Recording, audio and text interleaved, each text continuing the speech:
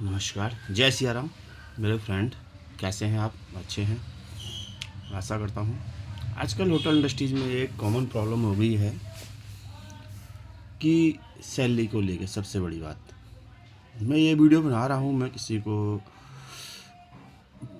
Hurt करने के लिए नहीं बना रहा हूँ या किसी को इंसल्ट करने के लिए नहीं बना रहा हूँ, मगर मैं देखता हूँ कि रेस्टोरेंट ओनर रेस्टोरेंट खोल लेते हैं, बट कुछ समय के बाद वो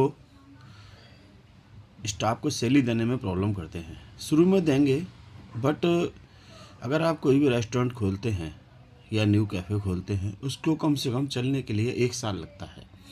अगर आप 1 साल का बजट लेके चलते हैं तो ही आपका रेस्टोरेंट सक्सेस होगा, नहीं तो फेल हो जाएगा। क्योंकि मैं इस लाइन में 18 साल से जुड़ा हुआ हूँ, मुझे पता है, मैंने इस लाइन की बारीकियों को देखा है। आजकल क्या होता है, स्टाफ को बुला लेते हैं बाहर से, स्टाफ अधिकतर बाहर से ही आता है, उससे 10-15 दिन काम कराएंगे, परेशान करेंगे उससे, तो वो कहेगा जी मैं आपके यहाँ काम नहीं कर पाऊँगा, तो उसको कहेगा ठीक है आप जाइए, हम आपकी सैलरी ट्रांसफ़र कर देंगे, बट वो नहीं देता है बाद में। तो मैं अपने स्टाफ को भी यही बोलना चाहूँगा कि आप कहीं पे भी जाइए, पहले उसका बैकग्राउंड चेक कीजिएगा कि ये ओनर कैसा है।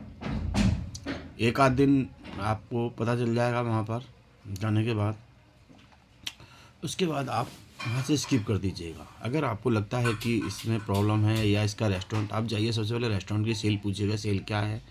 अगर आपको लगता है कि सेल इसकी हाई है तो ये आपको सैलरी अफोर्ड कर सकता है, नहीं तो अन्यथा ये आपको परेशान करेगा सैलरी के लिए।